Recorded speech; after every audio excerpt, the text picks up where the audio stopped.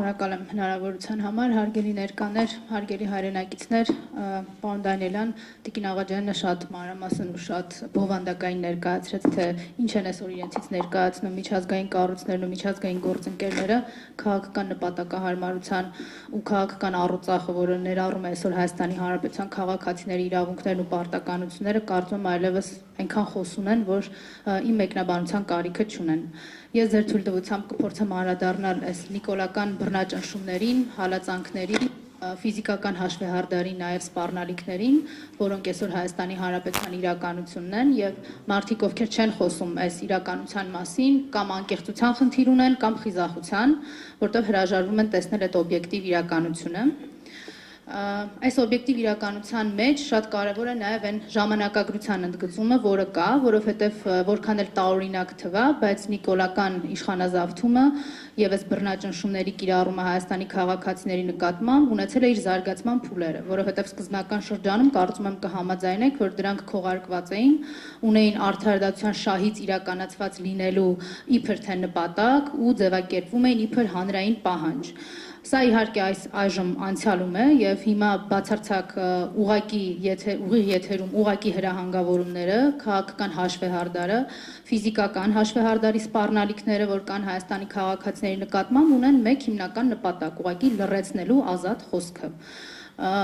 Ազնիվ լինելու համար մենք նաև պիտի փաստենք, որ ազատ խոսքի լռեցումը չէ միակ իրավունքն ու ազատությունը, որ այսօր նպատակ է հետապնդում սահմանափակելու, այլ նաև այս 8 տարիների ընթացքում Հայաստանի Հանրապետությունում այլևս քաղաքական սպանությունների էջը բացված է Նիկոլի համար, որովհետև մարդիկ, ովքեր ունեցել են քաղաքական այլակարծություն, այլևս մեզ հետ չեն, սպանվել են բանտում կամ իրենց համայնքում հաղթանակ տոնելուց հետո, կամ ուղղակի, ինչպես Գառնիկ Պետրոսյանը, ում անուն ազգանունը շատ քչերին այսօր Հայաստանի Հանրապետությունում որևէ բան կասի, ուղղակի ազգային ժողովի նախագահի աթոռին նստելուց հետո 1-2 օրվա ընթացքում հանկարծակի ինքնասպանություն գործած են հայտնաբերում իրեն, իհարկե դուրս թողնելով օբյեկտիվ եւ բազմակողմանի քննության բոլոր հնարավորությունները։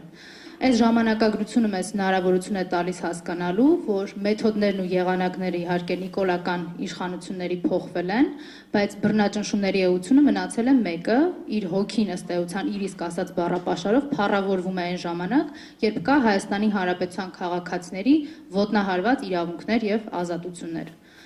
Այս ամեն ինչի սկիզբը ցավոք ոչ 3 էր, ոչ հունիսի 7-ը եւ ոչ էլ ամենևին հետպատերազմյան ժամանակահատվածը, որը կարող ենք բնութագրել իբր անկայունությունների եւ արտաքին մարտահրավերների համար առավել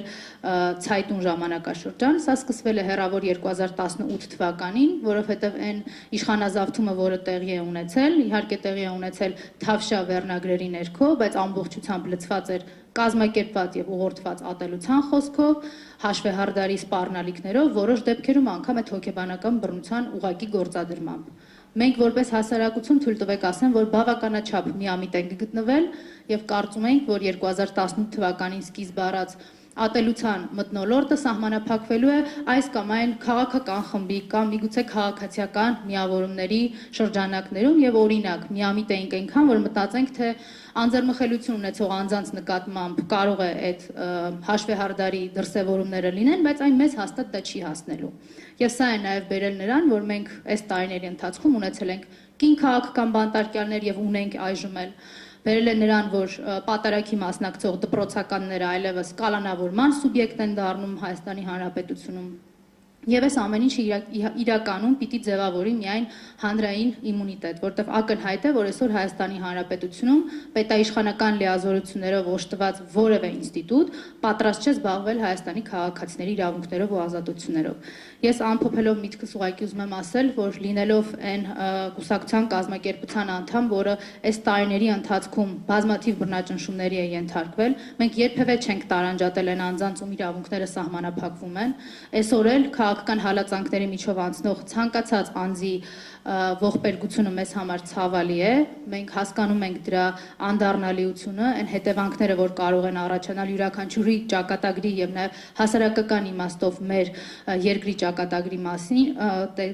տրամաբանության մեջ ու հիմք ընդունելով այս ամենը նաեւ համարում ենք, որ հանրային իմունիտետի ձևավորումը հենց այսպիսի նախաձեռնություններով նաեւ միակ ճանապարհն է պաշտպանելու Հայաստանի քաղաքացիների իրավունքներն ու ազատությունները։ Շնորհակալ եմ։ Շնորհակալություն։